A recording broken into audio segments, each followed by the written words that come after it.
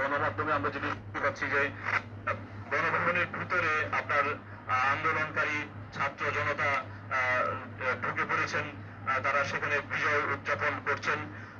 বিজয় উদযাপন করছে বাংলাদেশের যে জাতীয় পতাকা, লাল সবুজের পতাকা হাতে নিয়ে তারা বিজয় উদযাপন করছেন।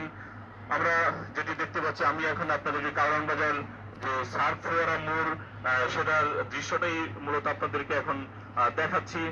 চারদিক থেকে এই সার্ক ফোয়ারা মোড়ের মানুষ এসে জড়ো হয়েছেন। রাস্তার আশপাশের মানুষ, শিক্ষার্থীদের, বিভিন্ন নানা শ্রেণী পেশার মানুষ যারা এই বিজয় উদযাপন করছেন তাদের অভিবাদন জানাচ্ছেন, হাত মেরে শুভেচ্ছা জানাচ্ছেন, মিষ্টি মুখ করাচ্ছেন, আনন্দ উৎসব করছেন।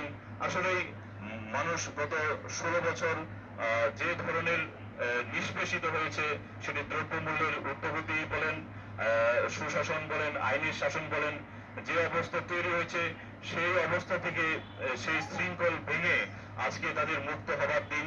আজকে তারা সেই শৃঙ্খল ভেঙে মুক্ত হয়েছেন এবং তারা মুক্ত বাংলাদেশ, যেটি গণতান্ত্রিক বাংলাদেশ, যেটি স্বাধীনতার চেতনার বাংলাদেশ, যে মহান মুক্তিযুদ্ধ, যে স্বাধীনতার চেতনা,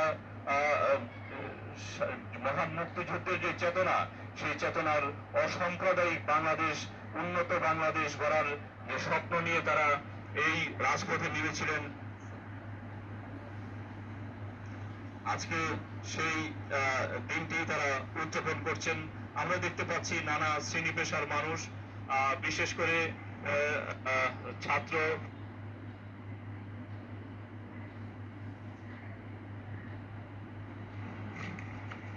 তারা যোগ দিয়েছে, সেই সাথে শিশুরাও রয়েছেন, সন্তানরা রয়েছেন, সন্তানদেরকে তাদের মায়েরা আজকে নিয়ে এসেছেন এই আপনার মিছিলে, এই বিজয় মিছিলে তারা যোগ দেওয়ার জন্য তারা সন্তানদেরকে নিয়ে এসেছেন। তো বলা চলে যে আজকে মানুষের এই যে অভ্যুত্থান, মানুষের এই যে স্বতঃস্ফূর্ত আপনার যাত্রা, এই যাত্রার আসলে শেষ কোথায় সেটি দেখার বিষয়। তো মানুষ লাল সবুজের পতাকা হাতে নিয়ে তারা রাস্তায় নেমে এসেছেন। এর মধ্যে যেমন শিক্ষার্থীরাও আছেন, তেমনি আছেন চিকিৎসক, বুদ্ধিজীবী, কবি, সাহিত্যিক, প্রকৌশলী, রিক্সা শ্রমিক, বিভিন্ন শ্রমিকরা তারা যোগ দিয়েছেন, গার্মেন্টস শ্রমিক রয়েছেন। তো বলা চলে যে পুরো রাজধানী আপনার জনতার আর দখলে, এবং জনতা এখন যে যেভাবে পারছেন তারা রাস্তায় নেমে এসেছেন। সবাই একটাই গণভবন, আসলেই গণভবন গিয়ে তারা যাচ্ছেন এবং সেখানেই তারা বিজয়